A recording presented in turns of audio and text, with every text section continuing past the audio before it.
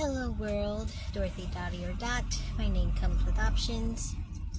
And continuing on with telling a little bit of testimony. So, let's see. Just made another testimony video. So we just left off on I moved from Florida to Illinois, got into school, and I really was looking at school as my refuge, my home away from my home. Anything I could do to avoid being at my house around my step parent. I really liked school. And as I got into high school, I was saying that I started going to church camp. And I really started wanting to get closer to the Lord and get to know Him more. I was really grateful though that I was able to go to those church summer camps, because during summer I didn't have school, so I didn't have anywhere that I could go. Like, I was stuck at home, so that was not good. But at least I was able to go to church camp for at least 1 week out of the whole summer. I didn't have to be subject to her. It was really good that I got to do that. I don't know how I would have managed the summer to not have at least 1 week of break away from her. But anyway, but it wasn't until the second year, the second time I go to church camp, that I really start reading something out of my Bible.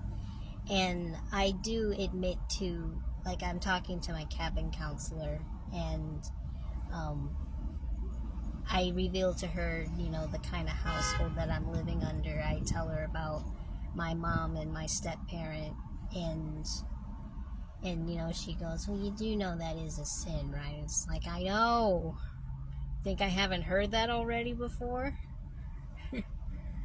It's like, and at that point, I finally gave into it and was like, yeah, I finally accepted it. Because, of course, I heard it before. Of course I had. That wasn't the first time that... It wasn't like my mom had just gotten into it and discovered it. No, we had been in it.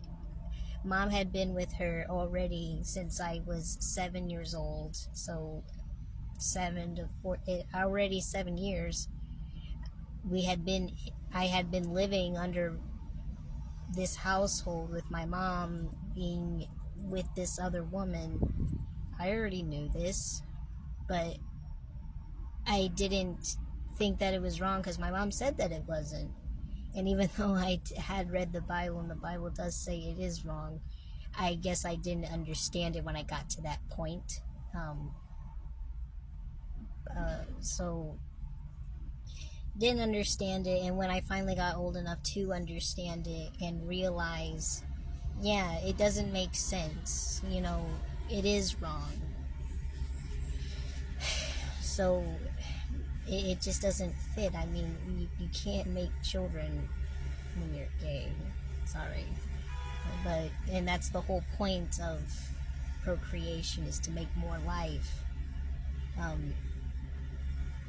mean, there's more to it as well, but the main thing is to make more life.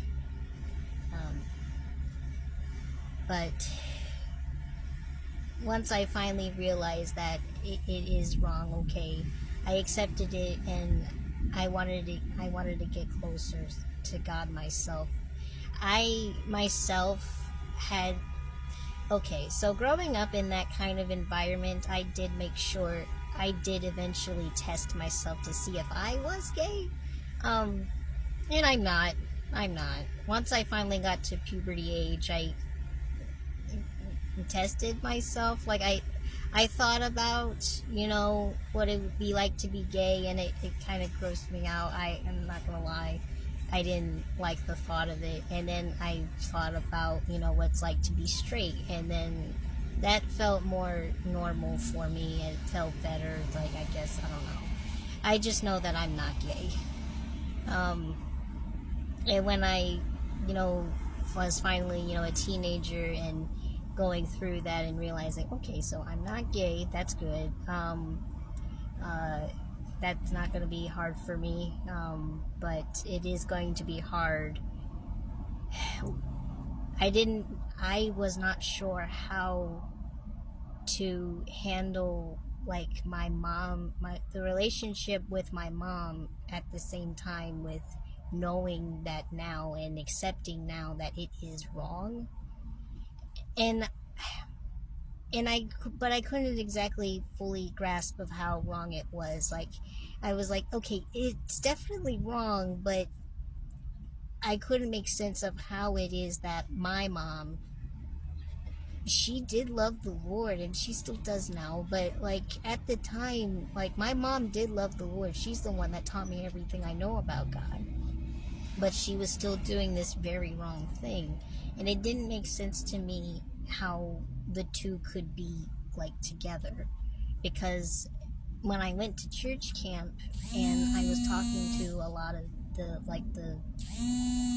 pastor that was there for that week, and I was talking to the cabin counselors and the other mentors there and asking them questions, and they were telling me that there's no such thing as a gay Christian.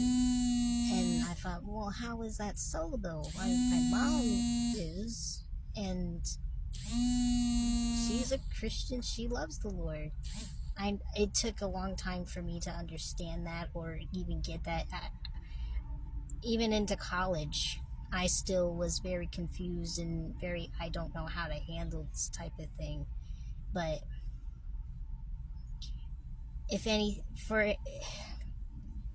I didn't know how to handle it, and obviously I couldn't really do anything about it. But I actually did end up going home and talking to my mom, like alone, like away from my step parent, and I had my Bible with me, and I pointed her the verse, Leviticus 18:22, where it says, "Thou shalt not lie with the man as one lies with the woman." So, and when I told her, and when I showed her that verse, and I was trying to confront her about the whole thing, she then, showed me the verse in Acts about Peter when he has his vision from God about the four-footed animals on the blanket, and God tells him to kill and eat, and Peter says, "Surely not, Lord, I have never eaten anything that is impure or unclean," and God tells him, "Do not call anything that I have made unclean." And Peter has this same vision 3 times. So my mom uses that example in the book of Acts as excuse and reason for why it's okay for her to be gay. And a lot of Christians do this exact thing. They use that example in Acts as the excuse to do whatever you want. That's not what that part in Acts means. That's not what God was trying to say to Peter at all in that time. You got to read before and after that section. You have to read the whole thing to get context of what happened in that moment. But my mom tried using that as the excuse, and of course I settled with it. But if anything, I knew something was wrong, and I still loved my mother. I still respected her. But it was definitely a lot of prayer and for myself trying to understand things, because I really didn't get a lot of it. Just trying to understand, and it still took years. It had to take me getting out of high school. But yeah. So I'm running out of time again. And I'll share more in the next time when I can. Maybe the next time I do laundry, probably. So I'll see you guys on the next one. Bye, guys.